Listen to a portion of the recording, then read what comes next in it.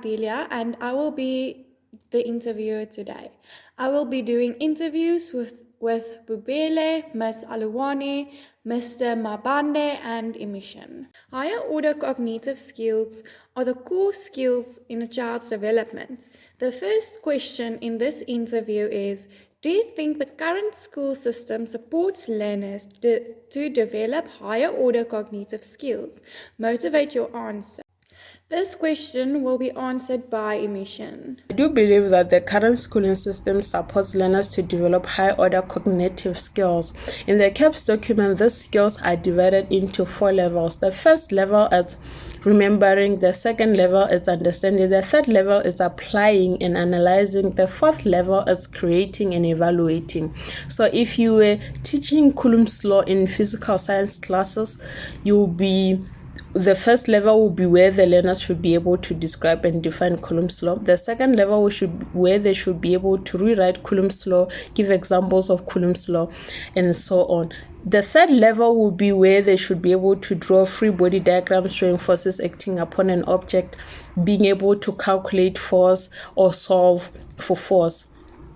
The fourth level will be where they should be able to rearrange the equation. Let's say they are looking for distance or the charges, so they should be able to rearrange the equation.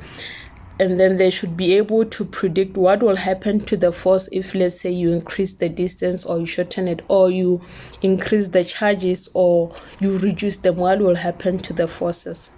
The second question in this interview is about Bloom's taxonomy. Bloom's taxonomy is about the different cognitive levels in education. The first is to remember. The second is to understand, then to apply, to analyze, to evaluate, and to create. You have to think back on your school career. On which levels of Bloom's taxonomy were you mostly expected to perform tasks? Then you have to consider your tertiary education career. On which levels were you mostly expected to perform tasks on this level? Bubele will be answering this question for us. I argue that higher order questions are used in tertiary more and low order questions are used in lower levels of education. For instance, the video that I'm creating right now expects me to justify, which is evaluation, a high order question, expects me to analyze, which is comparison, high order question. Or else in primary, I was expected to recall, understand, recall the numbers 1 to 100, recall planets of the universe. And as I was leveling up, the levels of Bloom's taxonomy were going up also. In conclusion, higher order questions are mostly asked in higher institutions. The third question is about the assessment tool as well as Bloom's taxonomy. Do you think the assessment tool and Bloom's taxonomy could be valuable in your subject in the FET classroom? Motivate your answer. Yes, the Bloom's taxonomy and assessment tools are valuable. The assessment tool is a measure of how far the learner understands the knowledge or content delivered to them by the teacher. Once the teacher understands how far the learner learned, then they can use this information to connect new knowledge to old knowledge that the learner has learned. And also, if the learner has not learned properly, the teacher can use this knowledge to reinforce the knowledge that needs to be learned. The teacher can also use Bloom's taxonomy to create assessment tasks of different levels of learning or of understanding, so to expose the learner to different questions and to see how far the learner understands. Also to expose the learner to higher order questions which will prepare the learner for higher education. Benjamin Bloom said that creativity follows mastery. So mastery of skill is the first priority for young talent.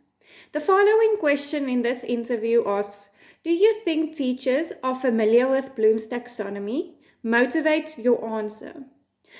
Leading up to this, do you think teachers know how to apply Bloom's taxonomy in their classrooms? Thoroughly motivate your answer. Mr. Mabuna will be answering this question. Yes, I think most of the educators are aware of the Bloom's taxonomy, but only few of them are capable of making use of it in their classrooms. And those teachers that are familiar with the Bloom's taxonomy, they use it in order to teach more effectively in their classrooms. Yes, as I've indicated that only few educators are making use of it in their classrooms. Those who apply Bloom's taxonomy, they apply it in order to differentiate their lessons and questions in order to encourage deeper thinking, and they also utilize action verbs in order to communicate their learning objectives. Thomas Jefferson said, "What we learn to do, we learn by doing."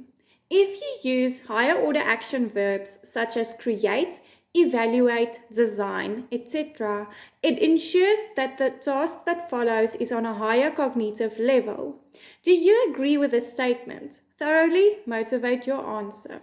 Ms. Aluwani will be answering this question. I agree with your statement. The Bloom's taxonomy cognitive domain is divided into 6 categories, which are remembering, understanding, applying, analyzing, evaluating, and creating. And these domains range from low order thinking skills to high order thinking skills. And we have got evaluating and creating as part of the high order thinking skills. So when we use high order action verbs such as the one you mentioned, design and create, it can only ensure us that the task to follow is on a high order cognitive level. And the high order cognitive levels are mostly used in tertiary education.